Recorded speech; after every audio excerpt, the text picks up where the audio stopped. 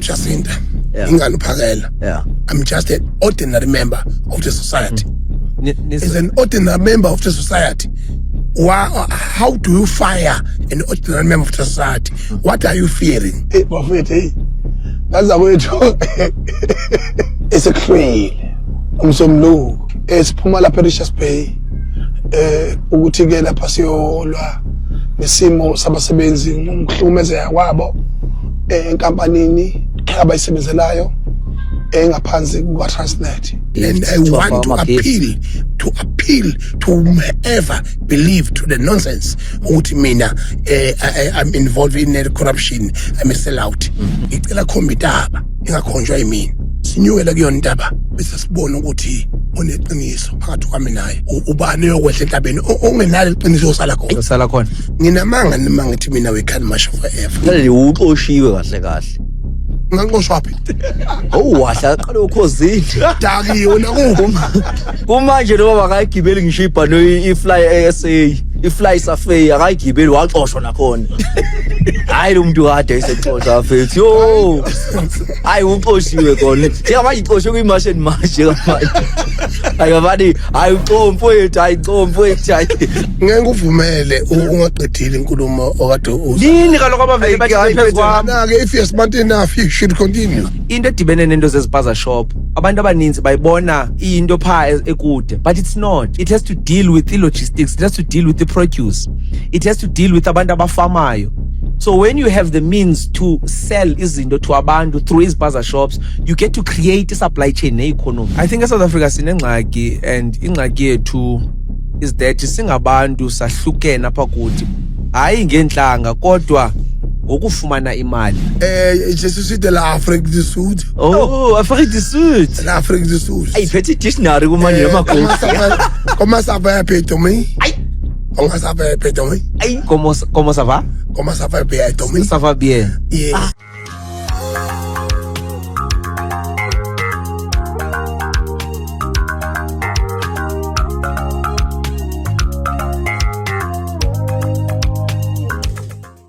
Umzulu wena okanye ukhonze kwaZulu. Andibuze. Ayi, Zulu phaqa. Hey, thina sisinto eyodwa thina. Uqwami. Nani into eyenza naba week. Naba week. Kuba naba week. Ni week ninezile ezu8. Na amangesi nawabetha kangapi nina?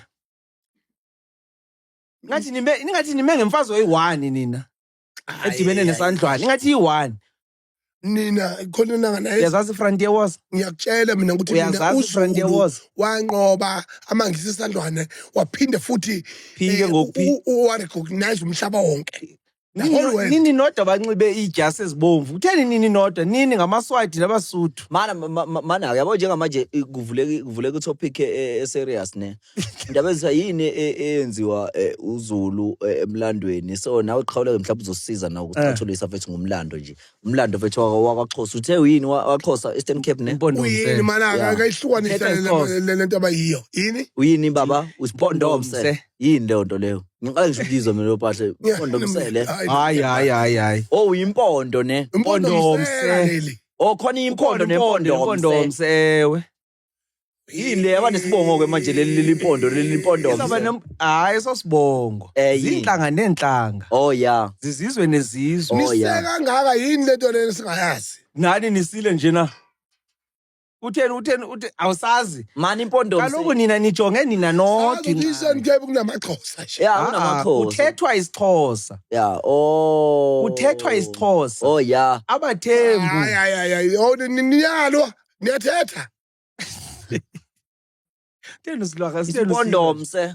So nespondomse sinesilo sakhona. Ewe. Nesixhosa sinesilo sakhona. Ewe. Nempondo nesilo sakhona. Ewe. So mnahlukana kanjani empondomse kugcina sekuyimpondomse? Ngathi intombazane ekhubazekile. Okay, mandibe ngolhlobo. Yeah. Abathethwa. Yeah. Babenesizwe sawa ndithi? Yeah. Oh, bathi bakamthetho bahlahla umpondomse. Ndithi no, uzayibhuda ndithi ndiwenzela isifanekiso ndithi kuwe abakwamthetho. Andithi kudala ne? Yeah. Abakwamthetho yayisisizwe andithi? Yes, yeah. Exactly. So njengoba isisizwe baphelelaphi? Baphela besithini? bevumela ba bakhothame koZulu andithi Oh yeah. but sisizwe esiya Yeah. thina ke zange sibe into enye uqinisile Oh impondo sebasuka le umthetho Zange- basuka le Eastern Cape umthetho.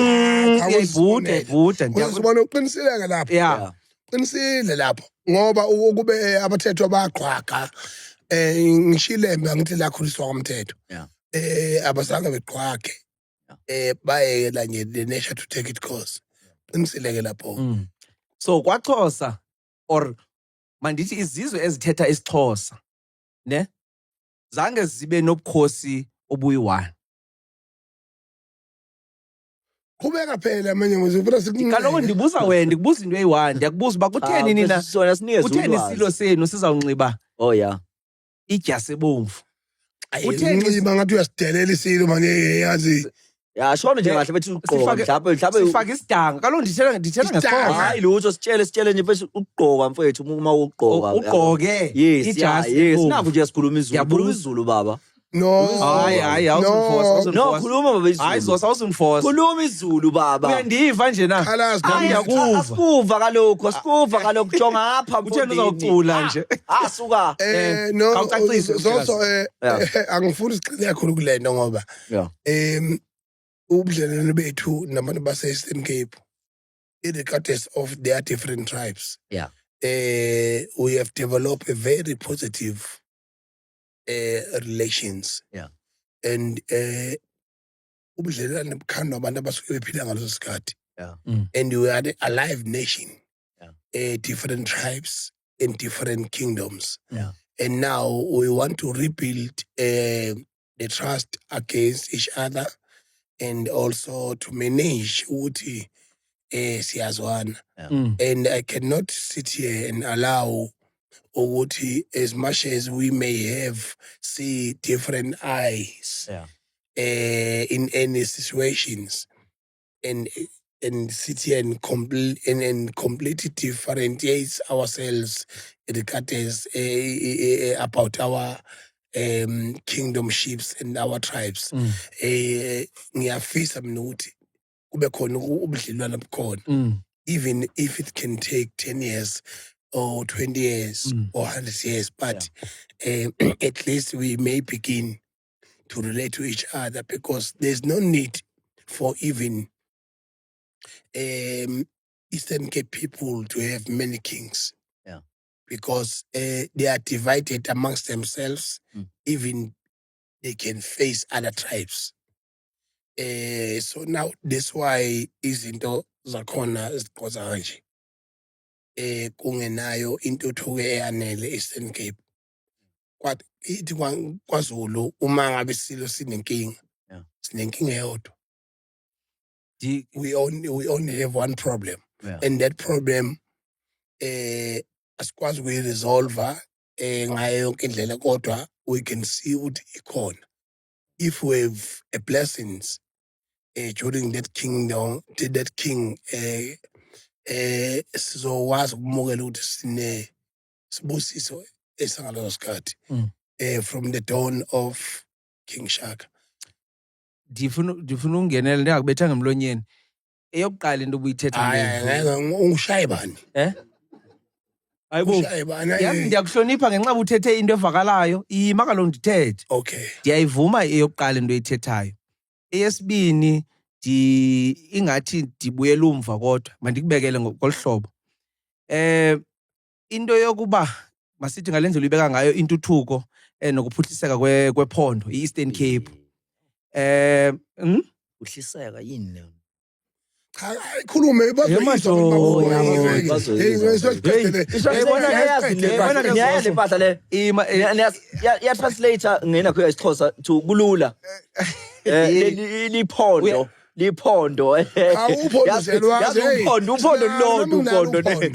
Uphondo lodwa. Manini konje uphondo le liphondo ephondweni. Yes. Uze kahle. Iphondo lenkomo ngithi. Exactly. Yes. Oh shuthi niyahlala ephondweni lenkomo. Nothi uba sihlala khona siyibiza khona indawo yethu. Oh ukuthi iwuphondo lenkomo. so kuba lula nasingisini uthi translate Hayi, a cow pond ne. No, mase sihambe ngolo hlobo njengoba nesizulu singatoliwa ngolo hlobo. No, siyatoliwa Not awusukwazi uyithatha into yesizulu uyibeke ngesilungu man. Ima ufuna undilahlekisa ngifuna Alright, continue ukuthi fethi amagama ayadida ngempela ngeke sakuphazamisa fethi hayi continue fethi ngingazwanga kodwa uqala uhlala nomuntu womXhosa noko leyo ndiyayiqonda. Unayo intombi eyixhosa le lutho Okay, hayi lutho qhubeka baba. Kodwa le economy kufuneka iunderstandwe from kudala. Eastern Cape almost yazi provinces ezininzi kwindawo eyi-1 because kufuneka uyijonge uba yadevelopa kanjani kuqala ne indawo zokuqala yadevelopa ayikele develope lutho bendikumamela uthetha nawe ke khawundike ithuba hayi uzozisho indawo ezadevelopa wena ushayela iwashi manje ukuthi ngabe usulele ucupha ngisho iwashi ayicane yayi nezitabani man wena uthanda ubetha umuntu emlonyeni beka mfondini khala ngisho iwashi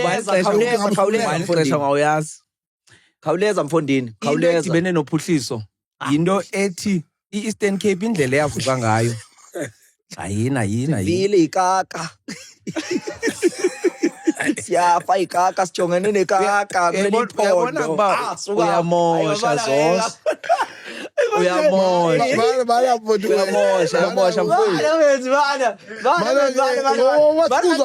awuchaze lowo mlando mfethu mina manje ngifuna lowo mlando ne sijongene nekaka mana kwenzakalani benzi ngavela ngendaba yekaka manje Eastern Cape ne because ayiphethe yazi Eastern Cape edge nekaka ne sifile ikaka unyanzelekile ukuba agqibele apha khawuleza apha uhulumende uyasiyekelela kaloku sifile ikaka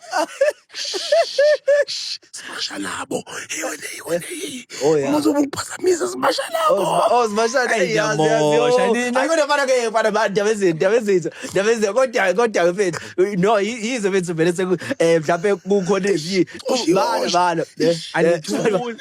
azininzi into enisetsha ugcotshwe nogcotshwa ke wena nezakho senzazi indaba izani manje umuntu ojongene nekapa ngijongene ujongene nonsense because wena uqoshiwe kalokhu bamkhabile ungive into eqala ubuqashiwe na ubeqashiwe na ndiyambuza ya na uphendula ndaba ezithi ubuqashiwe njengoba sekuthiwa ugxothiwe ngeke uvumele ungaqedile inkulumo okade nini kaloku abaveli bathi phezu kwami na ke if you smart enough you should continue hayi nithi phezu kwami no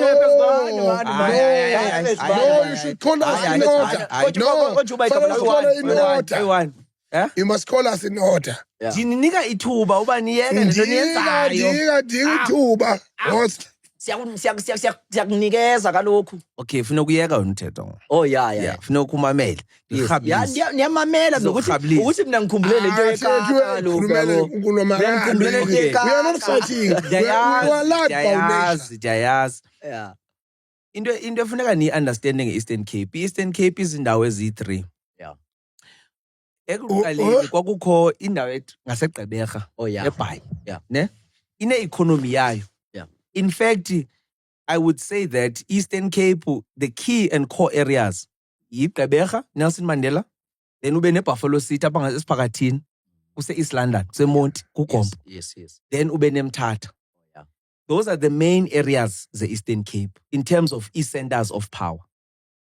Now, when you go, because the Eastern Cape is also one of the largest provinces, now ndikakubuza ngeKZN ndithi kwenzeka ntoni what economy exists kwezinye indawo ze-Eastern ze-KZN uxakeke uphendula enye into akuthethi mina kuthetha i-stats SA into ebalulekileyo funa xa uyijonge abantu abaninzi bathetha ngoba abantu base-Eastern Cape ngamahlwempu they are poor abananto but when you look at statistics ze-Eastern Cape it's not the last province it's not it's actually number 7 out of 9 kwi-metrics ezininzi kwizinto ezithethwayo xa uzijonga but the narrative is that imali ayide ifumanwe ngabantu bonke. So xa kusithiwa abantu ba-Eastern Cape abanamali, kuthiwa imali egenereyithwa apha uba inokwabelwa abantu abaninzi bangafumana malini. Because if you ask yourself, iKZN has got eThekwini, it's got Richards Bay, Mhlathuze. Yeah. Those areas very economically active. But I will ask you, kwenzeka ntoni uGupha ezantsi? What economy runs there? Ko-Shepstone, ko-Margate. What economies run there? Kwenzeka ntoni pha? Oh, Ndibuza wena, ndiyakubuza uba kwenzeka ntoni? What economy? Because I can tell you the economy that happens in Durban. I can tell you the economy that happens Mhlathuze. I can tell you the economy that happens even in Newcastle. But ndiyakubuza uba what happens pha ezantsi ePort Shepstone? So therefore, xa unojonga imali yasePort Shepstone, do you feel like contributor enough to KZN? I'm just asking. no, it does not contribute enough, but in terms of tourism, it does. Because it is one of up and coming small cities of KZN. Yeah. But it does not do enough as they suppose. Enye into kumele uba ndiyayibuza ne Funi is this thing. Kutheni ngathi amaZulu afuna ukuzibekela ecaleni odwa? Nifuna uthatha iKZN ithi it's not part of South Africa anymore. Because si dependa kuni nani dependa kuthi. Ndiyabuza. Mana-ke inkinga ukhuluma into eyiningi. Kade usihalela, ngiyakubonga Mxhosandini ukuthi kade usihalela. Dali ucela ubani ngomXhosa nje la. Kade usihalela into leli impondomise leli nemsila impondomsila. Mangiyibuka lento oyiyo. Kade usihalela. You have been craving for us for a very long time. And now you got us. Now you ask 10 questions, and then now you are even failing to elaborate what you're supposed to elaborate. You haven't finished the sentence that explains how Eastern Cape is. Now we are jumping to the KZN because that's where the heart of South Africa is. Now you are busy trying to expose KZN. You can't expose us. Even Gauteng is conquered by us. KZN is conquered by us. And if you like, we can go and conquer Eastern Cape. Zange nikwazi nakudala nje la. And now the only thing that have to happen in this country, Limpopo, everywhere, Northwest, is to respect the Zulu people. Zulu people as a forceful nation, and the weakness is DSTV and televisions at large and radio station at large. Why they allow Zulus to dominate in terms of series and in terms of language Jonas. and everywhere. And Nimbe ngoJonas. Awuchabane Netflix kakhulu everywhere. unomzamo lo webele. Yes. And then there is a series, Ishaya Lembe, DSTV invested 1 billion to that series. Can they invest in Xhosa? Can they invest in Venda or any Venek in South Africa? Never. Because they know that Zulus, despite numbers, and we are active. Despite numbers, yabona lento ithethayo ne. Ilento yenza abantu bazive ngathi xa behleli nabantu bakwaZulu nibajongela phansi abanye abantu. Kulungile sibabukela phansi ke abahlale bephansi sikhuphuke thina namanje Ngobani abaphansi? yithi nonke fisekani Nawe nezinja usekanani? enkosi tata. Into endiyithethayo lento ba asinangxaki nani. Kodwa nina ninengxaki nabantu bonke. Manake, do you ever appreciate us, or you only confront us when you are about to step on us and try to be victorious amongst us. Never. Andizuthethelela abanye abantu. Ngikhulumile thetha. Andizuthethelela abanye abantu mna. Mana ke khuluma ngawe ke. Gam andinangxaki mna namaZulu. Andinangxaki zange ngaba nayo. Unayo. Zange ndibe nayo. Zange ndibe nayo. Unayinkinga kuyimanje. Hayibo njani? Ukhuluma ngaba sifikanga la iqhathanisweni. Usifake khona. Nazi. Khange ngiqhathanise kwalo. Wena ufika sixelele ngekhetheni kalokho. Yebo baba. Nibabini ndiyi-1 kodwa niphezulu kwami. Hey, usuyadabukisa. Hayi, dabukisa ntoni? Usuthi wedwa ngalokhu. Usudabukisa nebuka Khawuleza wena baba. Bendike nava into ngawe wena phaa ku-social media. Ya mnganami. Yes. Yeah. Yes, you are a fan of us. Ndiyanibukela nje na. Angikwazi fan wami mina. Wazi newashe kusho uthena ukuthi uyanalo. Hayi angikwazi. Ya mfethu ne. Mhlekazi. Ya Wenza ntoni? Hawaye akagesi lo muntu umbiza umhlekazi. Akagezi. Umhlekazi yini? Akuyena unesi umhlekazi. Ya ke madoda. Ufuna umhlekazi ne. Akagezi akabhathi. It does not bath. So manje wathi umuhle. Bese ufa ukazi. Shuthi isitabane. Uyedelela wena. Shuthi yini? Hayi ndiyazi ke luyithethayo ngoba ke siyibeka ngohlonipha xa ndikubiza umhlekazi ithetha ngohlonipha. Wena uyithetha ngenye indlela hayi. Mali ini isitabane ngompondoms. Ntoni isitabane?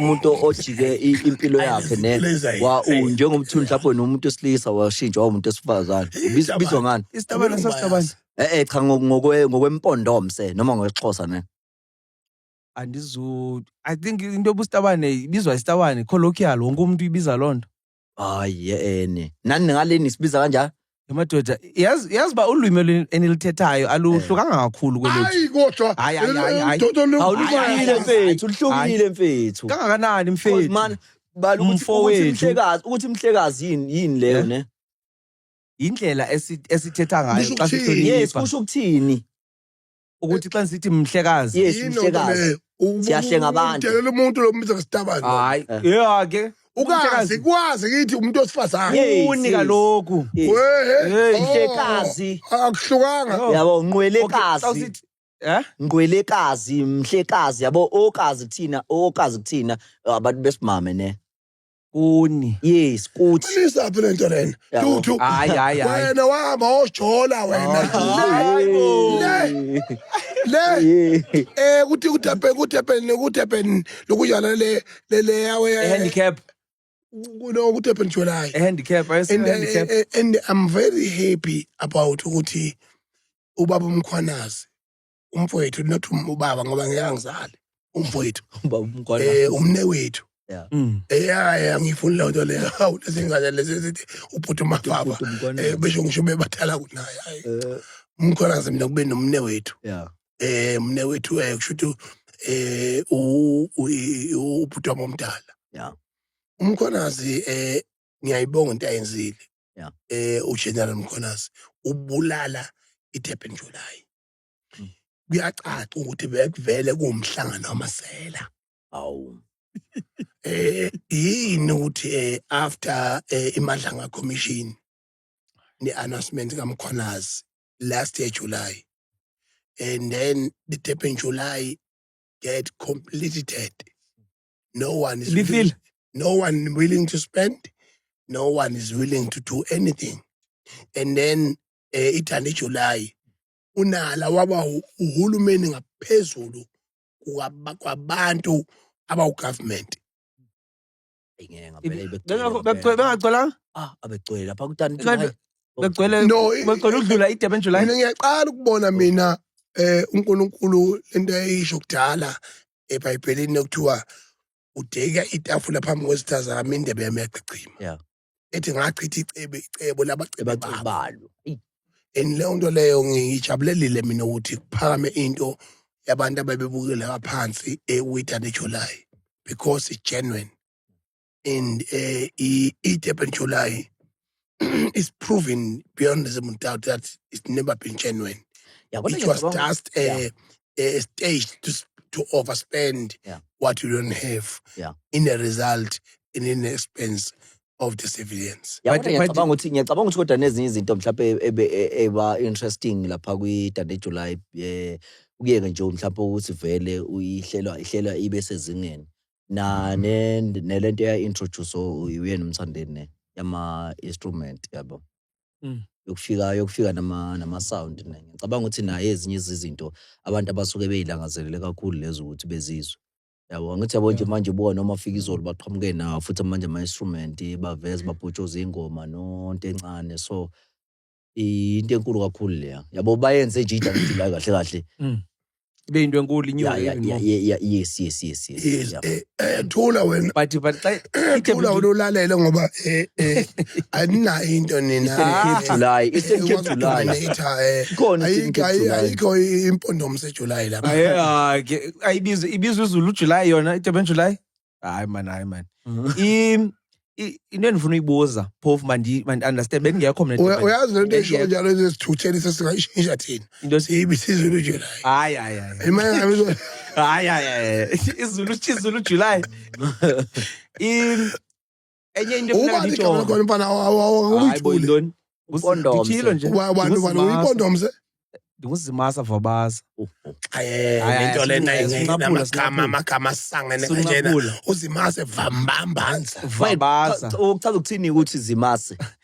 It means umuntu ukhubazekile njengawe mana ke kuba nenkulumo ke yabona bani nibuza into ezininzi ubuya phela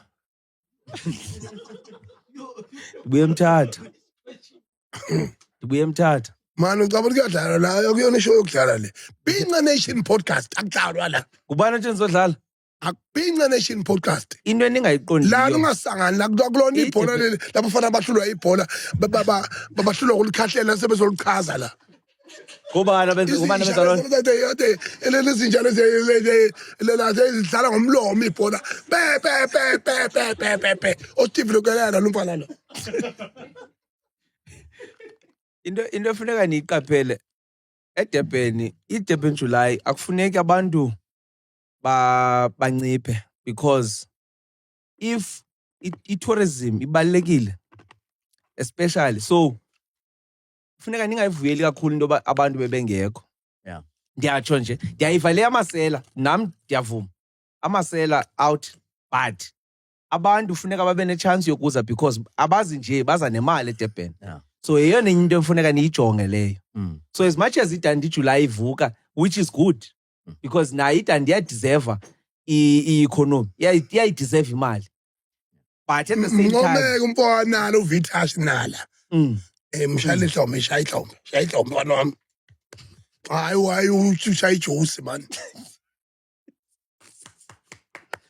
bethi ingqondo yabona ndiyakwazi uthetha isiXhosa yakuva so inkosi so yenye into efuneka ijongwe leyo general eSouth Africa because sonke siyadependa on each other and loo nto iyasinceda uba sisebenzisane because whether lapha eGoli whether kuseThekwini whether kuseBhayi whether kuseGqeberha eMthatha noba kuphi nditsho naseMangaung siyadependa on each other as abantu abahlala apha eSouth Africa sonke. So i-economy funeka ispread so ndiyayivuyela into yoba iDande nayo iyavuka because kudala ndava kusithiwa ngeDande July and imane inyuka every year but at the same time funeka singaselebrate uba hayi bengekho bantu eDurban because i-problematic laa nto because bakhona abantu abajonge iDurban July for ukwenza imali yabo because beyazi bakuzawuza abantu so yenye into efuneka siyijonge naleyo. Umcimbi omkhulu okhona kunina ngapha e-Eastern Cape umcimbi omkhulu bakhona ama-tourist bakhona zibaninzi but mainly bazindawo but you've got iBerlin November which also kujarhwa amahashi ngaseBerlin pha between iQonce neMonti. It's a very big thing yenzeka ngoNovember yona very big thing hayi ngabe siyazi buka nje uchaza kanjani ngeDande nelokhujana uyabona ukuthi siyayazi njena iDande ndithini manje ke le ni very big thing kaloku nizivezile nini uba niyihoyanga enye into uba yenzeke eKZN aniyihoyanga kodwa aniyijonganga Kodwa mfethu kodwa yazi iyahlekisa yona ihoya yase-Eastern Cape yase-KZN. Ayisoze manje yaphela kodwa. And yazi Ayisoze.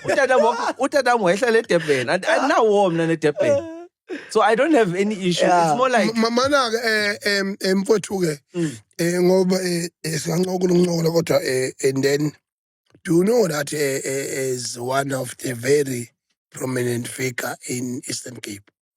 You are young, innovative, and also visionary. Is it possible that you can be the game changer and also allow us to assist you where you need to be assisted? Because as things the Eastern Cape is a preliminary, and then kube khona into ekwazi ukwenzeka e-Eastern Cape igcine iphoqa ukuthi ibe nethomo South Africa yonke.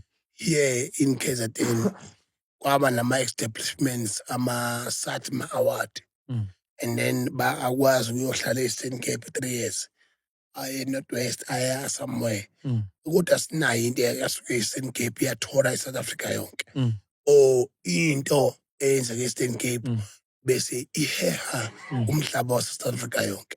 And mfowethu i-content yakho oyenzayo online is very powerful, and we respect you and we appreciate that you are a very young person that got so much knowledge in terms of politics, economics, and also the logistics of this country. Leyo nto leyo siyayithokozela kakhulu. We can joke about anything, but the reality must be told. So is there any possibility that you can establish something? Because one of the major things is that when you think you are young, I am old, or someone is older than us, labo bantu labo, they are the one who have to implement things. No one knew that in France, a young man like Kylian Mbappe can make history of the World Cup as young as he is.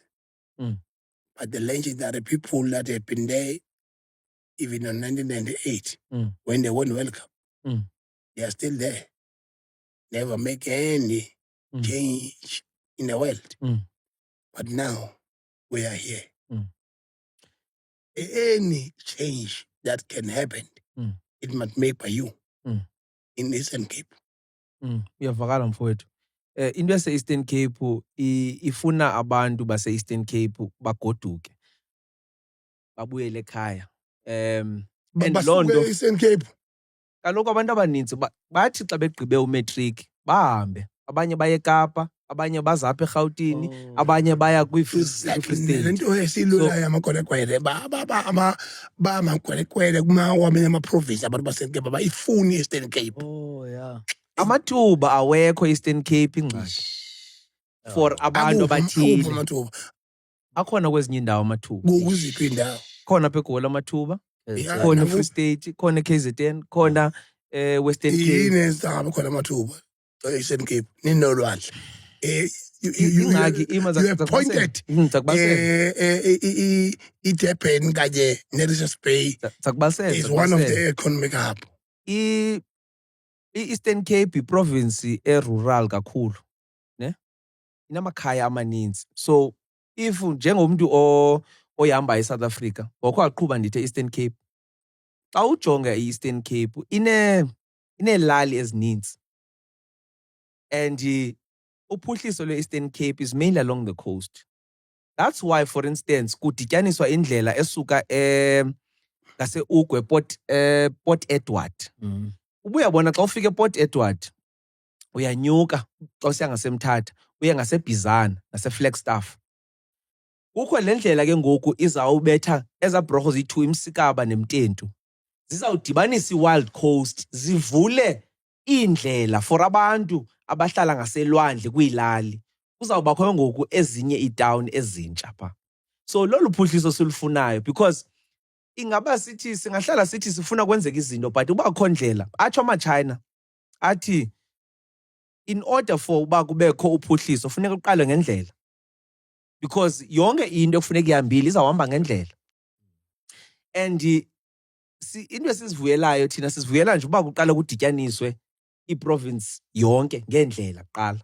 Into ebalulekileyo leyo because ii-trucks ziyakwazi uhamba whether ungumfama uyalima, whether ngumuntu ofuna uyosebenza ufuna amathuba, indlela ehambekayo iyanceda for loo nto. So singabantu base-Eastern Cape abalapha eRhawutini nakwezinye iindawo, into efuneka yenzeke ngoku singabantu yinto yoba masingavele sigoduke ngoDisemba qha. Disemba sifune siyojiva kube mnandi, siyobona abantu sekhaya siphinde sihambe. Mayibe khona into eyenzekayo. And those are the things esithetha ngazo xa sihleli ngoku. There have to be things izinto ezenzekayo. And unfortunately ke mhlawumbi masithi siba kude thina because asithi uba uya eThekwini 5.5 hours yangena ukokwenu. Just like abantu base Limpopo 2.5 3 hours sebefikile ekhaya. Thina it's almost 10 hours 11 hours uba uya Eastern Cape. And that's just from upper uyongena eMthatha. Same thing uba uya eMonti. Same thing even more uba uya eBhayi eGqeberha. So bakude abantu abaninzi bahamba only once ngonyaka. And those are the things ezenza uba amathuba nezinto ezenzekayo ekhaya zingaveli because uya kayi-1 kayi-2. Soze kuvuke ibhizinesi usiya kayi-1 okayi-2 endaweni because if awukho izinto ezizokwenzeka. And nengqondo abantu abaninzi it's not by chance that omongameli base-South Africa bathi bababini basuke Eastern Cape. It's not by chance. Ikhona into ekhoyo Eastern Cape. Ikhona into ekhoyo ebambekayo. But the issue is that abantu abaninzi bagoduka sebebadala bephelelwe ngamandla. Afike umuntu azixelele uba uyozihlalela nje elalini, uhambile waye town wasebenza wathini. Imali yakhe seyijonge yena yedwa, ayijonganga uba mayilungise apha kule ndawo sihlala kuyo. So those are some of the things ezibethayo Eastern Cape and esifuna siyayithetha sisebatsha uba funeka ibe khona into esiyenzayo emakhaya. Noba umuntu uyazixelela uba zawuqala imfuyo, yayazi uba at least after maybe 5-10 years izabe seyikhona into ebonakalayo, ndibe nefama ebonakalayo. Those are some of the things ekufuneka zenzeke. Yeah. Okay, ngiyabonga kakhulu umntaka baba lapho. Ngiyafuna kodwa ukuthi nababukeli beBhinqa Nation ngibangama nomfowethu uZoso umntwana ozonda amanzi into engagezi akahlambi kalokho. And now is his culture, and I don't know whether it's twala noma yini because we have tried to path him but we never succeeded. Kubaluleke kakhulu ukuthi can you give the Bhinqa Nation people who are you and what you are doing? And because I've seen some of your podcasts and also your online platforms that you are a very dynamic person online. Can you give us that taste of who are you? uZimasa wakwaVabaza kusomashishini business xa ndilapha eRhawutini. Kodwa Yingakho ke mina alekile days and game bafethu hayi awucabanga ukuthi uyile days and game uthi uzamashishini. hey wena Usomashishini ndidila yabona yonke into edibene nomculo idibene noba utheni nithetha njena nina, utheni ningathi ithetha ndikuve. Yeah. So Mashishini cha khuluma somashishini. ewe nje somashishini. Asiboni imali thina sibona amateka ashebhile nje. Yeah, imali ndifuna uyibona ilapha. Ikandakanda. KwaZulu amalunde kodwa Idila nomcebo. adrive ama-raptor kalokhu. Hey, izibonela zamoto zipaka apha phandle. Mamela ke ndikuchazele. Kunelezani ibhokwe. Hey, iva sebenza inkomo. Ndidila ngebusiness but also ndidila ngokufundisa abantu about the economy of South Africa. I think enye into esixakayo singabantu is that we don't asiyifundi into eyenzekayo. Ukuphatha i-country, it's not just to say makwenzeka into ethile makungenzeka into ethile. It's to understand uba ezi zinto zombini zidibana kanjani. Whether ngumntu one-business, for instance, ngizokwenzela umzekelo, into edibene nento zezipaza shop, abantu abaninzi bayibona into pha ekude, but it's not. It has to deal with the logistics, it has to deal with the produce, it has to deal with abantu abafamayo. So when you have the means to sell izinto to abantu through izipaza shops, you get to create a supply chain ne-economy. So mna ndingumuntu okwazi uchazela abantu ngendlela engazubabhida, ingazubaxaka. Simply uba kwenzeka ntoni kwi-economy yabo. Hayibo le ndoda yozela kwenzeka ntoni? Ivuka abadala. Uthi vuka abadala, nizama ukumgeza. Agezeki. Mama ungageza ngeke Qhubeka somashishini. So that is what I do. And more especially, I think ndiyayithanda le nto ubuyibuza okanye ubuyichaza apha. Because ndingoyena mntu othi kudala ndahlala apha eRhawutini and indawo yam apha eRhawutini andisayiva ncam. Kufuneka ndiyafuneka ekhaya. And ndingumntu oye wahamba wazixelela bafuneka ndiyokwakha, ndakhile mna ekhaya. Ndakhile. Sendivusa isibaya sikatata wam. That's what I'm doing. So at the same time, kufuneka abantu bazazi uba bavelaphi. And I think ngamanye amaxesha abantu bayasuka kwezinto abasuka kuzo, bafika apha etown balahleke, balahla amasiko, balahla into zakubo. And I think it's a big problem because xa ungazazi uba usuka phi, awuzuyazi uba funeka uyephi. Injalo. So I think mna eyam indima endiyidlalayo ngengqondo endiyiphiweyo, ngendlela endicinga ngayo, ngentliziyo endinayo, is to uthatha elo xesha nalo nolwazi endinalo ndinike abantu ngendlela abazawuyiva ngayo. So that's what I do. Okay. What is your observation in now politics and also in to recent issues in South Africa? I think eSouth Africa sinengxaki, and ingxaki yethu is that singabantu sahlukene apha kuthi, hayi ngentlanga kodwa ngokufumana imali. Siyathanda manje ujongana ezantsi, kubakho abantu ke kuthiwa ngexa economics kubakho i-lower classes, middle class ne-middle upper class ne-upper classes. Yonke le nto yenzeka apha eSouth Africa funeka siyi-understande as imfazwe yee-classes, class warfare. Because kukho abantu abazawuthi abantu abathile funeka bangayifumani igrant, ne? Bakhona abazawutsho bathi sithi ababhatala itax. Kubekho abantu abafumana igrant abathi kodwa nina nizibona uba ninamathuba amaninzi. Kubekho abanemali abasiphethe sonke and funeka siyivume. So i-issue ungayibona iyipolitiki, but in actual fact kwalo issue yi-issue esilwiswa ngabantu abanemali abangafuni sidibane sibe yinto eyi-one. Yeah. So apha eSouth Africa sinalo ngxaki yokuqala. Esibini, abantu abaninzi mana bayazi bakwenzeka ntoni eSouth Africa, especially about imali. And that's why nam ndiyithanda into eyenziwa nguMkhwanazi. Because what he did was to expose a lot of things. Abantu abaninzi sasizicinga, singabantu abaninzi sasiyicinga into yoba hey, eSouth Africa kubolile until kubekho umuntu ozawuba kule position kwesi sikhundla sikaMkhwanazi asixelele, asibonise uba hey madoda ubole ngolu hlobo. Because when you think about South Africa, ibalulekile kakhulu South Africa globally. Yeka nje wena uba besilwa abantu abaninzi, but South Africa is very important. Njengoba kukho izinto ezenzekayo e-Iran, njengoba kukho into ezenzekayo e-Middle East, indawo yemikhumbi yohamba kulapha eSouth Africa nejikela apha kuthi. Once kublockwe pha phezulu, they have to go around apha kuthi. Ayikho enye indawo, umzila nawo. And vele kuthiwe ukuthi ezigada umzila. South Africa ibalulekile madoda. And ibaluleke to a point whereby we can't let izinto, masithi for instance eDurban, we can't let i-port of Durban fall. We can't let izinto. That's why if at any time bakhe kwathiwa i-N3 ivaliwe, iSouth Africa basically ivaliwe bakuvalwe N3. Yeah. So i-importance yezinto nendlela nemzila ne-businesses ne-economy esecaleni kwakufuneka uyazi ngumntu. So that ungazoqhathwa ngabantu bathi hayi suka lento yenu ayinandaba. Yes. Funeka uyazi wena into nayo.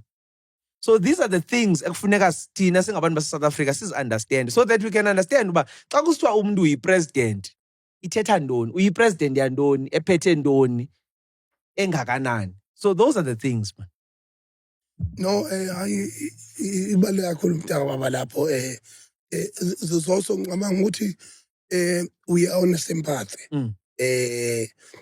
Ngiyafisa nami ngana wethu ukuthi umlando wase Eastern Cape newugcine njengoba nathi la kwaZulu asidlala yabona even ngisho ngaba khona amaphutha enzakalayo kwinkosi yethu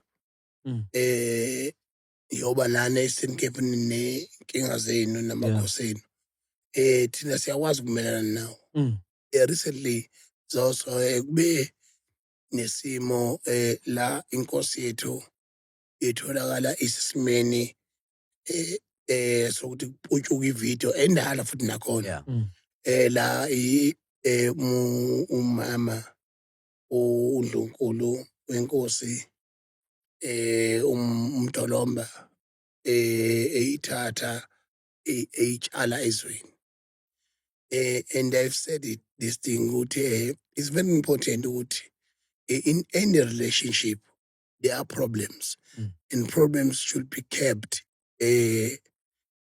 ngasese and when they get exposed because tomorrow morning kuzoba nokuthi ayi mngami akuzange kuhambe kahle lapha ngexolisa myeni wami ngexolisa la ngisole khona nala ngixolisa khona amagama ngexolisa then when there are records of the conflict one day get exposed all what we have been agreed on it reversally so and then into wrong leyo nto leyo kodwa futhi mina ngifuna ukusho ukuthi angifisi mina ukuthi isilo sethu sishintshwe ekubeni isona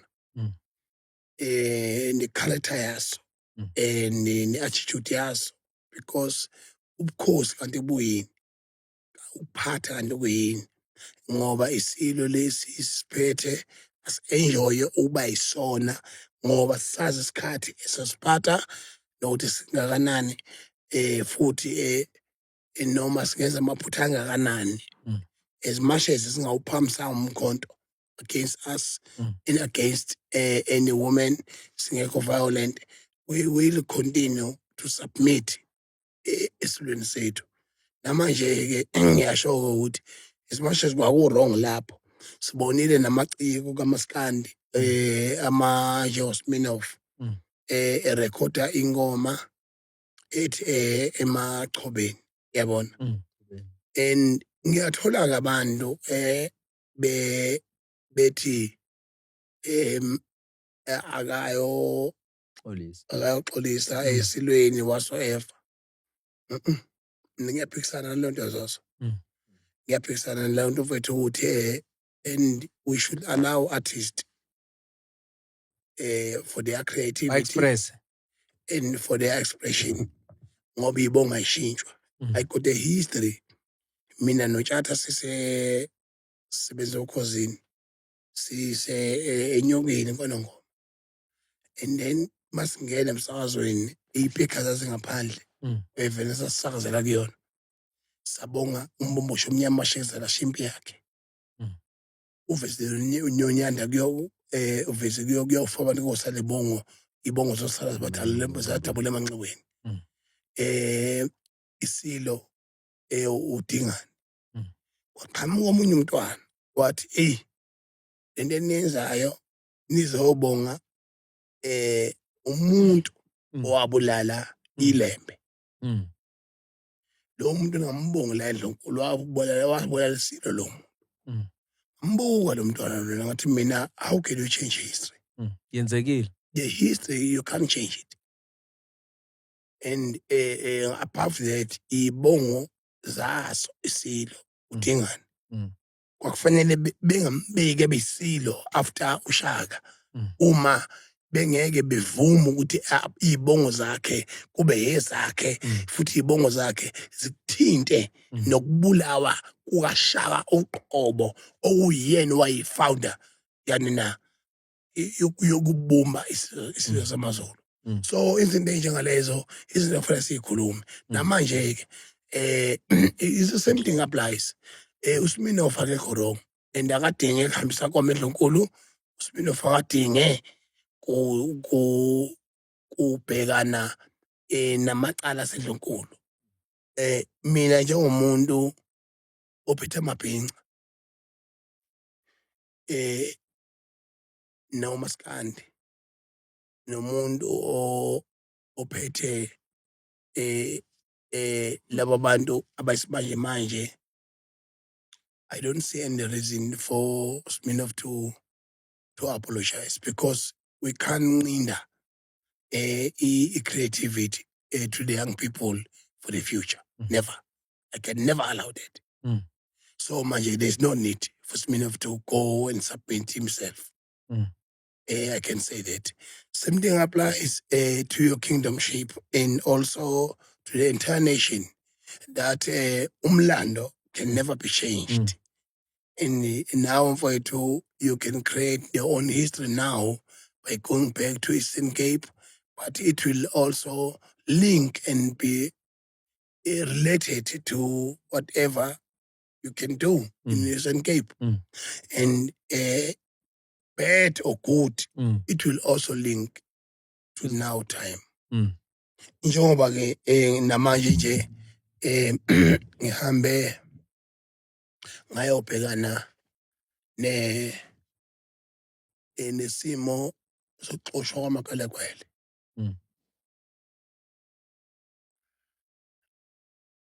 Ngafica amakhwelekhwele laphana bewahupha kubanda ku-ayisi. Uyezwa Thuto?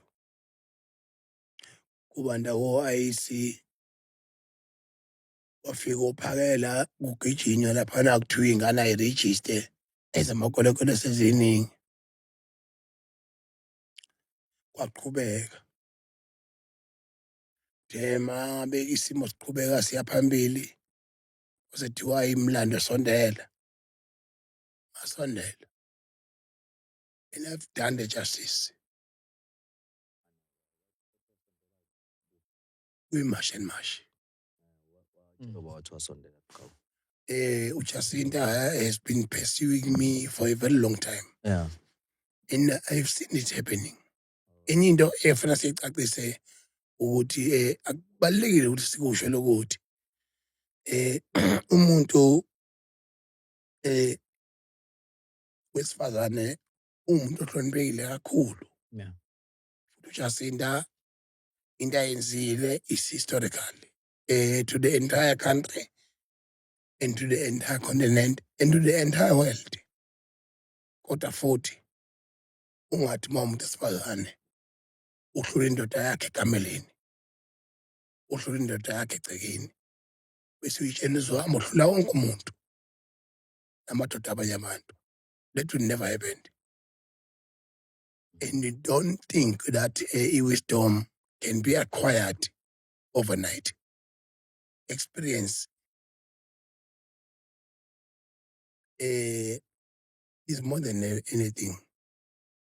That's why even inhlangano represent this country can still lead somewhere, somehow, and how, because of the experience. Yeah. Because now they got the experience to control the system. Yeah. Mawumbuze nje KwaZulu-Natal kwenzakalani abantu ababelida kanjani bethola bekwi opposition. Yangizwa yini? Yeah. Belida ama numbers ngayo yonke into. Abantu who are the youngest in terms of numbers. Yeah. But bona controller the economy of KZN and the political of KZN, and they are the footprint of the province. Yeah. And using abantu who are the former governors of KZN. Yeah. Ontuli bayitshela ukuthi baphethe abantu abaphethe baphathisiwe. Yeah. So izinto lezo ezibucayi kakhulu. And namanje ke we mash and mash, same thing applies. There's no way that mina, I'm not a member of Mash and Mash and never been Never been. the member of any organization. Yeah. no one can write a letter and say that's firing me. Yeah. In Uxoshiwe kanti bethi uxotshiwe ba. ngixoshwe yini? Yilento Ubani? yeah, March yilento and March. esiyibuzayo. Kuthiwa usadingakala kwimashe ehlelwe imarch and march. Ngoba Bathi bayasoleka bayaziqopha. mfowethu engathi impela uthatha amantshontsho ey'mali. Amantshontsho imali akuphi? Zoso mina ngihlala ngamala usuku nosuku. Yeah, nkabi yami. Now uthukiwe lapha niyothenga i-iPhone. Yeah. True. Kodwa uhlule ukushintsha uphaqa uyothenga i-iPhone unesitesi. Yeah. And then kwasethiwa khona okutholile. Yeah. Now lento leyo insult kamongameli now lento leyo iyafuneka ukuthi sometimes i-address. Yeah. Hayi umongameli kuphela futhi. There is no leader can go around carrying the bag of money. Yangizokuthini? On a portfolio kwi-government or under oath ephinde futhi abe ne-position kwi-politics. Akekho umholo ongahlala ehle inyuka ephethe imali. Yeah. And leyo nto leyo abantu baku-social media nabantu abafuna ama-likes funa bayazi leyo nto leyo. Uma befuna ukuyixovela nje i-situation nokuyithula ungizwe abamthuke. Mina njengamanje angaze ngicela ukuthandwa abantu mina. Uyangizwa mfowethu? Angaze ngicela ukuthandwa abantu mina. Angihambe mina ngehle nganyuka ngiphethe ama-forms. Ngithi mina gcwalisa la usayine la uthi uyangithanda. I don't have membership. I don't have love and heart and likes and is defuna kuthiwa press ithupha ukhombisa ukuthi uyangithanda and I want to appeal to whoever believe to the nonsense ukuthi mina I'm involved in corruption, I'm a sellout and into akasenze ngiyenze and kuyiqala lokhu ngoba mntakababa izoso ngikutshela iqiniso lonke neqiniso lodwa ibhlungu lento yokuthi mina ngitholakale ngincengiwe futhi nami ngisibona futhi isidingo sokuthi ngisondele ngasondela kwanyakaza umkhumbi kwanyakaza iNingizimu Afrika kwanyakaza eAfrika kwanyakaza umhlaba wonke kodwa i-contribution yami mase ngenzile awukho nokuthi umhlangano ngawubamba na whomever and angaze ngicomplain ngalutho wherever they are akekho noyedwa owazi account yami angaze mina nginama organization mina enginawo ine-Pinqa Foundation nginamanye ama organization anginawo enginawo kodwa I submitted to March and March for one thing ngoba we can't confuse people. Uthema iqhamuka indlumdlumu ifika indlumdlumu lapha base beba yilento le yabo ngizofika ama-poster sethiwa mina sengiyile yanto sengifakwe lapha isithombe sami ngithi mina umfowethu yabona sengiyinsizwa ngithi mina anginankinga ngapha thiwa imali ngithi mina anginankinga ngathi yangizongithini ase ngiba memothini mana washo Jacinta wathi bakufonela wena kodwa wena uthi awuyihambile izinto lezo ngiyakhumbula nje enye imashi noma enye meeting yayibiziwe laphana kokuyothamentuli noba so abantu baba nama question abantu ukuthi awu ungizushiya kanjani ngoba naye uyingxenye yabantu abaphambili uma kusuke kumasho ngangishiwo ngoba ngilunga lomphakathi angithi bona abanama foundation mawuzubuka ipishi kaNtuli izithi kosikhona nabandaba insizwa umsizo foundation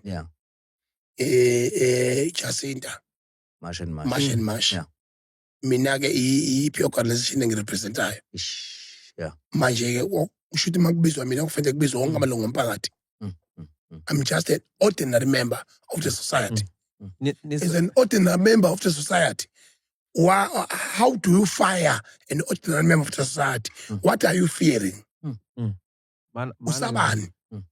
Ngoba mina mina ngifuna ukukhuluma manje. Ngingakhuluma kudeleka indaba. Yangizwa? Yeah, ayinyazi qhawe, ngiyazi qhawe. Yakutshena-ke. Yeah. And then mina ngizoyisho into eyodwa nje. Yeah. Zingane lezi. Yeah. They don't know media space. They don't know politics. They don't know anything. Wawayibona i-account yami online. Account. Ayisicela izandla zokusebenza angeke ngumone mina ngenza leyo nto. Yeah.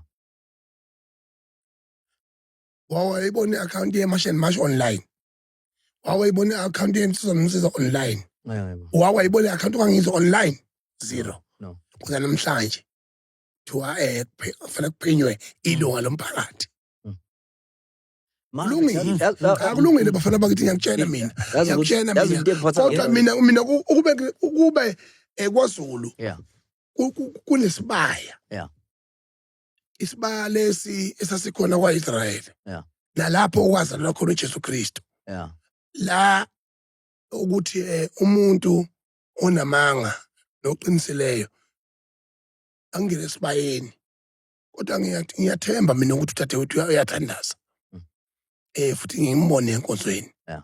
Ngicela khomba intaba engakhonjwa yimina. Sinyukele kuyona intaba. Bese sibone ukuthi uneqiniso phakathi kwami naye. Ubani yokwehla entabeni ongenalo iqiniso osala khona. Usala khona. Ileyo nto mina ngiyifisayo ngoba sengikhathele mina ngoba I've contributed so much to the nation. But I'm continuously being insulted. And continuously being undermined. And it's not a new thing to me. Even to the Pink Nation industry, into the maskandi music. Yeah.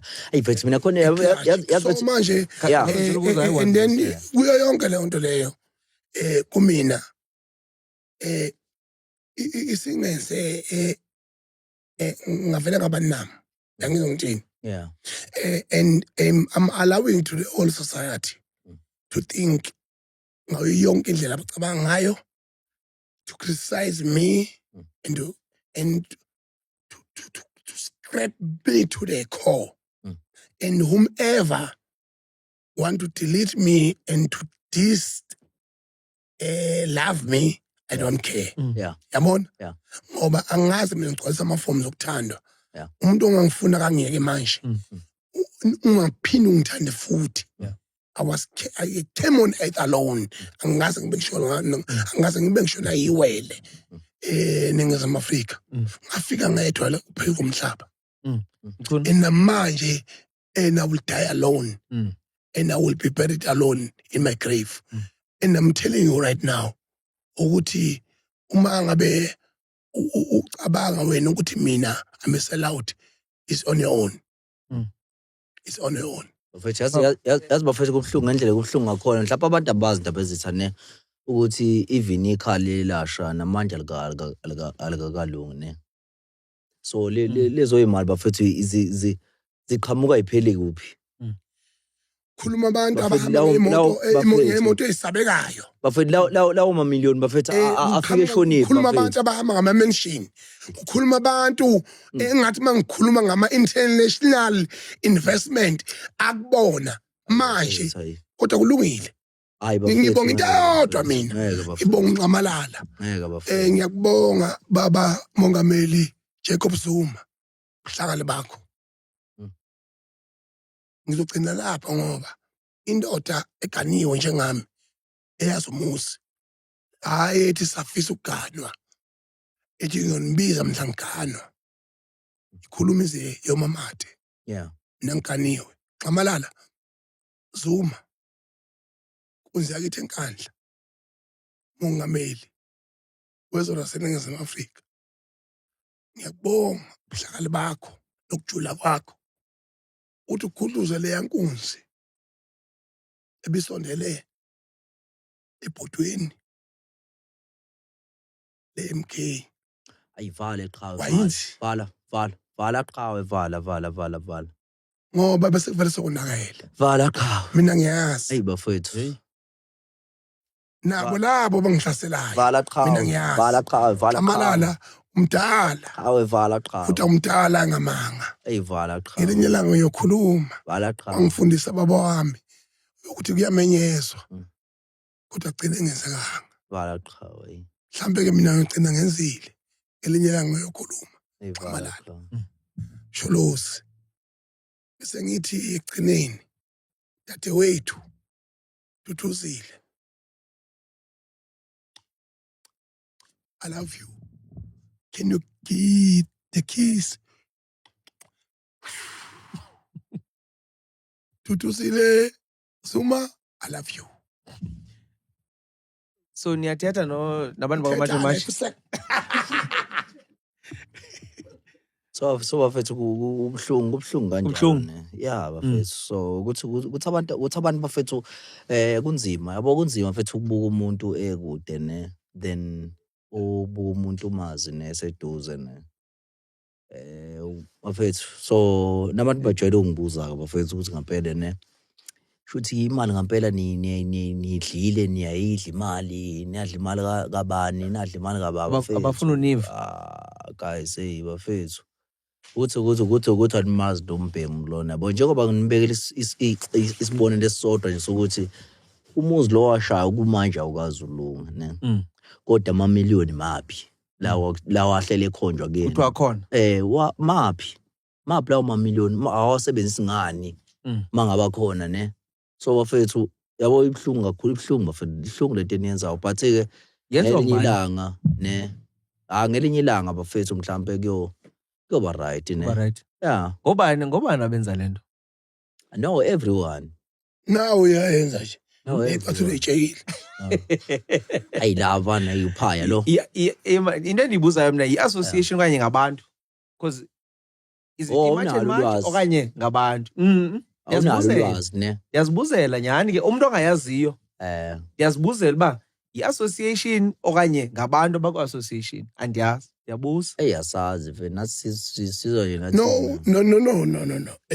Mawubuza bhuti mina ngizokutshela nje nawe mfowethu njoba uwenza izinto ezikhulu kangaka ezweni you are being challenged and when you got a certain calling challenges will be always there yabona njengamanje we can see online umfowethu Alvavo Terang waba nawe yonke impilo yobumnandi ngangimtshela ke mina ku-Alvavo ukuthi mina khanwa yabo uma ngihleka ngitshela abantu abakhanwa walibala ukudansa-ke wayidula waphantsha-ke njengoba manje-ke hambe eqhweba izibi zingale kwendlela gula nje wasinda yabona kodwa-ke manje ukusinda kwakhe-ke nabantu bemnikelele eSouth Africa is very good and it's very important ngoba i-judgment and yomuntu ngey'nkinga zakhe Ngafika nanini na? akufanele lokho ngoba anyone can make mistake and anyone make mistakes and namanje nje we are in this crisis because our government have made mistakes and then now akangilalelanga eqanweni Alvavo akagana namanje akaganiwe akazaganwe yabo uney'ngane naye akwazanga nokwakha nje umuzi nje kuthiwa naye ushile kumuzi yabona yeah wagcina nokuthenga indawo lapha nalapha izinto lezo ezi-lesson to the future yabo ingcono indoda imemeza ithi iswelisa ngale mpuphu uthi nayo shelter yabo so angicabanga ukuthi uNkulunkulu namathonga akoko ndlovu khona into abafuna ukuthi abantu bayifunde ngayo Alvavo naye uAlvavo futhi ayifunde ngaye uqobo kodwa akasikho lapho I'm just making an example yokuthi but hey mfowethu siyambongela impilo ne impilo yes injalo namanje nami njalo Inde ngobana imfushane. nasendlimbali Yinde yami mfushane kodwa. awusidli madadadlazi wahlabahlahla alahle ahambe njalo ngolesihlanu onjalo nge-weekend sinabangani bami hlanga nenkwarini sidla imali yami enzenjani ahambe enzenjani alahle bese siyawashaya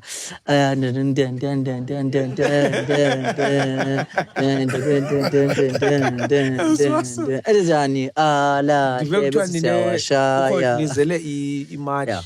Bengike nava I think benibone ivideo yakho online into enjalo. ongezingane emashini wena e-Eastern Cape Bendilapha mina apha town. la wake waba khona la prioritize amabhizi abo fana nale njalo engihlangana naye lapha Ubani ngokulo.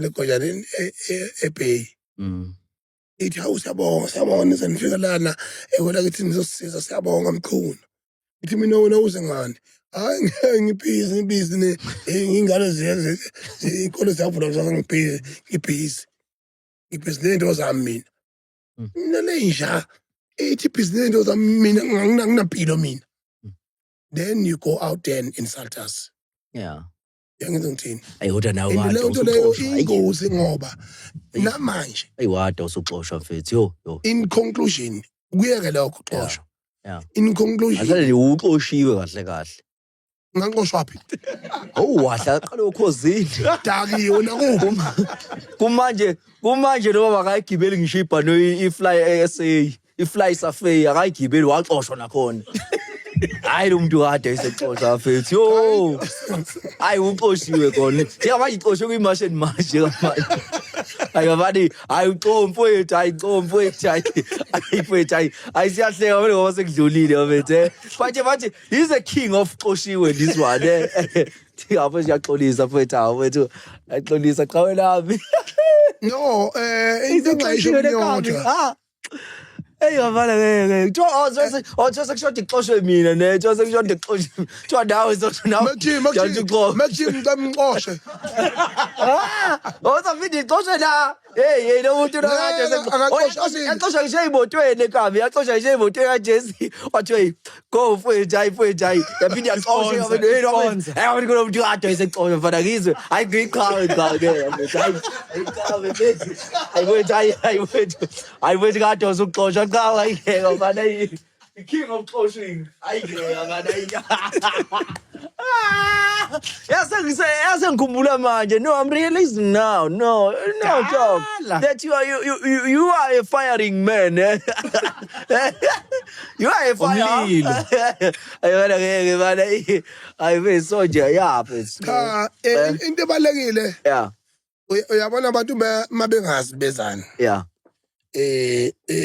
bazokwenza abakwenzayo yeah bathi igcina ngosuku yonke into yeah iyovela igcina ngosuku ukuthi yayinjani yeah nginamanga nima ngithi mina we can march forever nginamanga mfowethu Uyakwenza. nginamanga yini mina ukuthi we can march forever and now we need to receive the flowers of what we have been doing and we can't one year broom can sweep izibi zikade yes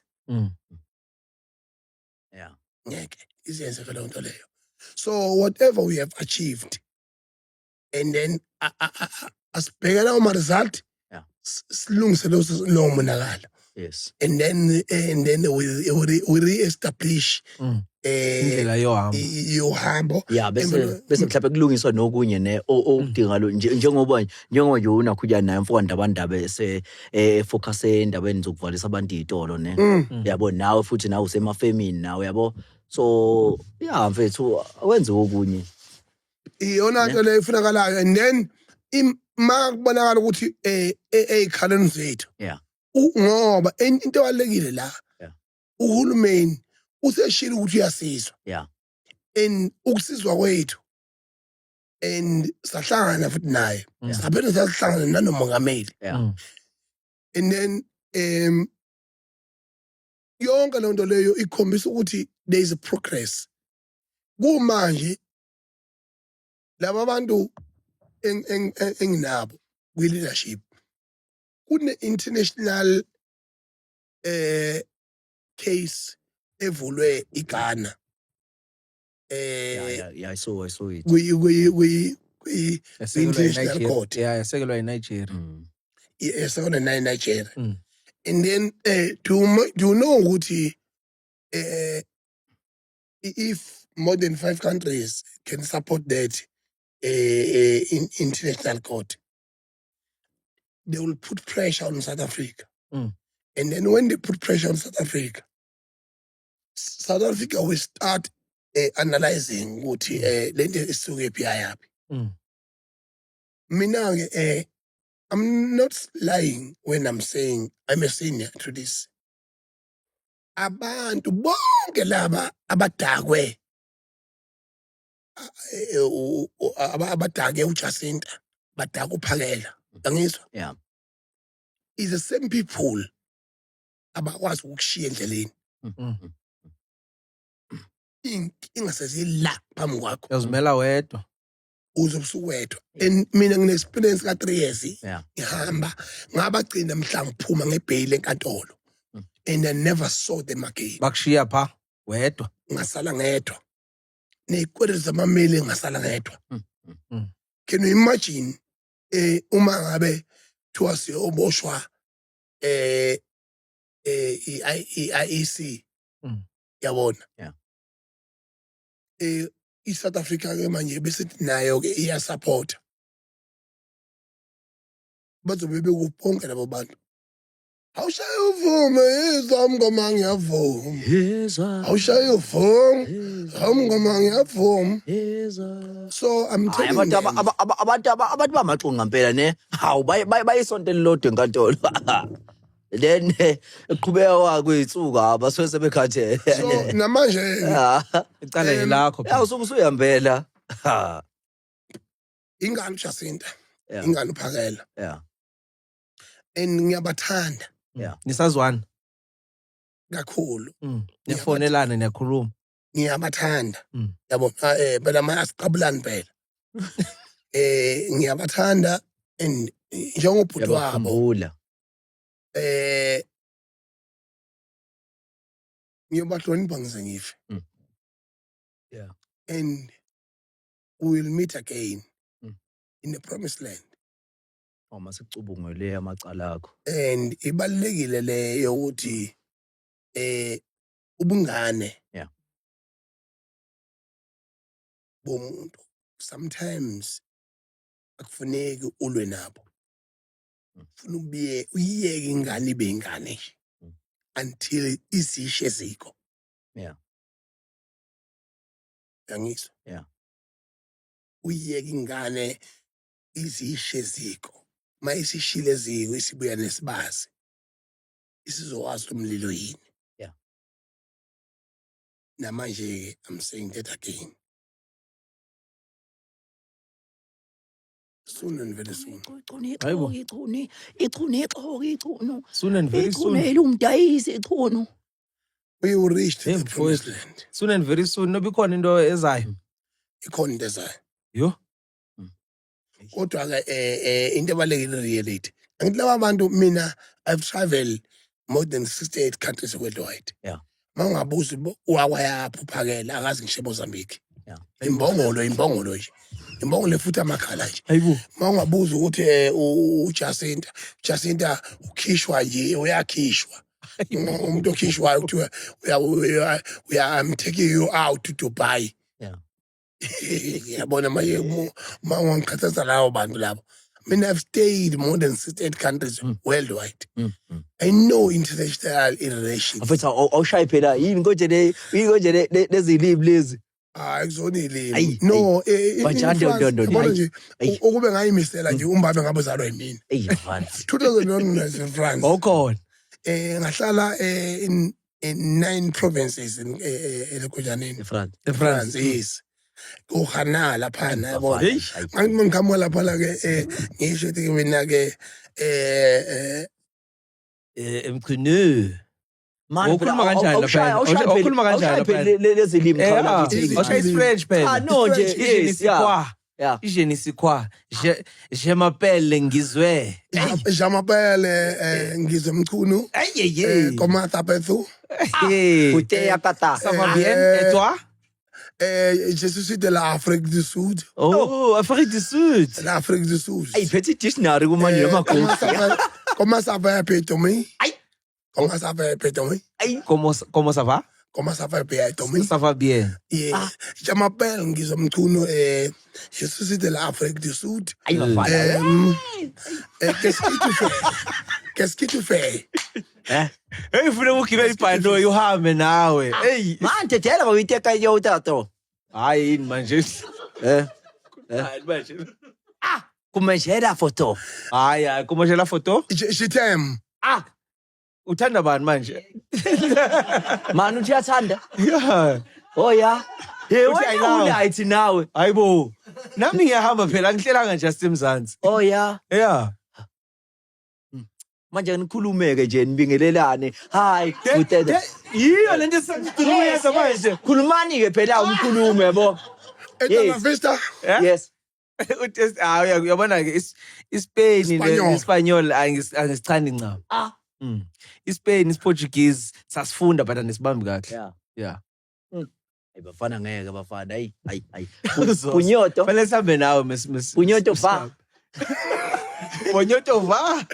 Uteya mutukutu. I would have tried.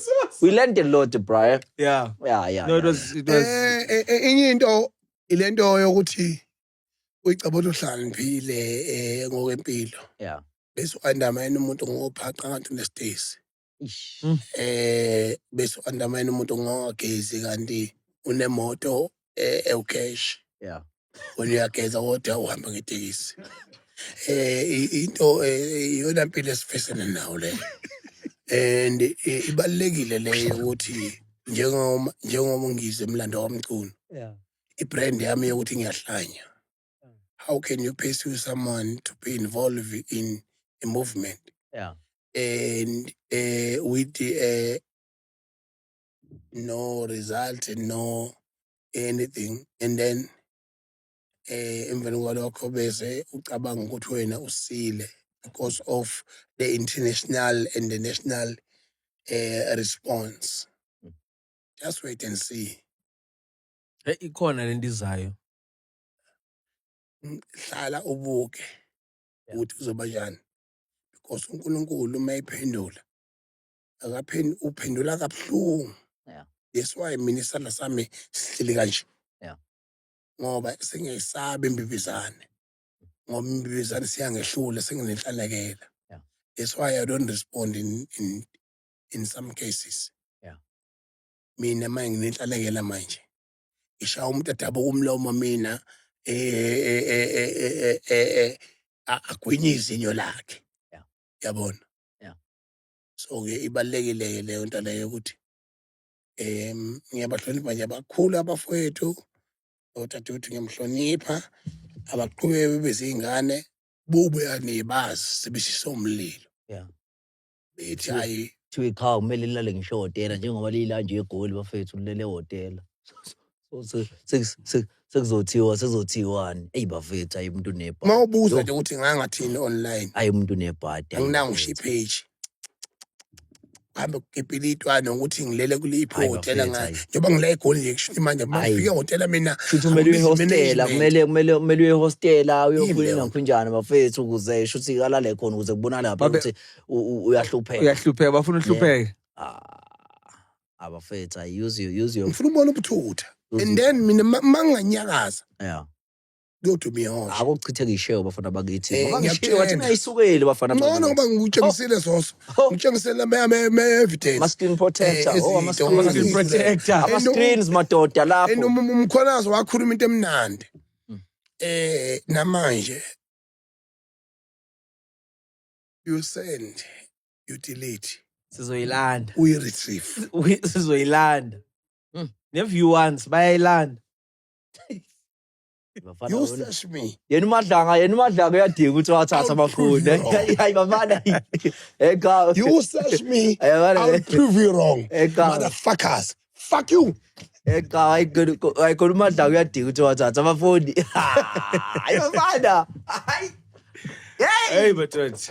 Hayi mfethu siyabonga kakhulu mfethu chawula kithi mfethu uvalelise mfethu abantu base Eastern Cape basephondweni awusuka uyabona basohambile hayi ndiyabulela ubani ninike noko ithuba nihlale nani intetho zithethekile ivakele into bithetha abekufuneka bayivile nento besithiwa umchunu ngathi ikhona into ezayo but ke imisebenzi makusetyenzelwe ukuba kuphuhliswe uMzantsi Afrika cha ndiyabulela abantu bafollowa kuphi qhawusisi ndikhona uZimasa Vabaza kuzo zonke ku Twitter ku X ku Instagram Facebook YouTube nguZimasa Vabaza uzanifumana pha bafethu siyabonga kakhulu bafethu kubonke abantu ababukile lo mbukiso panya weBhinca Nation ngaphansi we-Chill and Network podcast bafethu siyabonga kakhulu engathi inkosi ingaqhubeka inisikelele ungakhohlwa ukulike ucomment ushare subscribe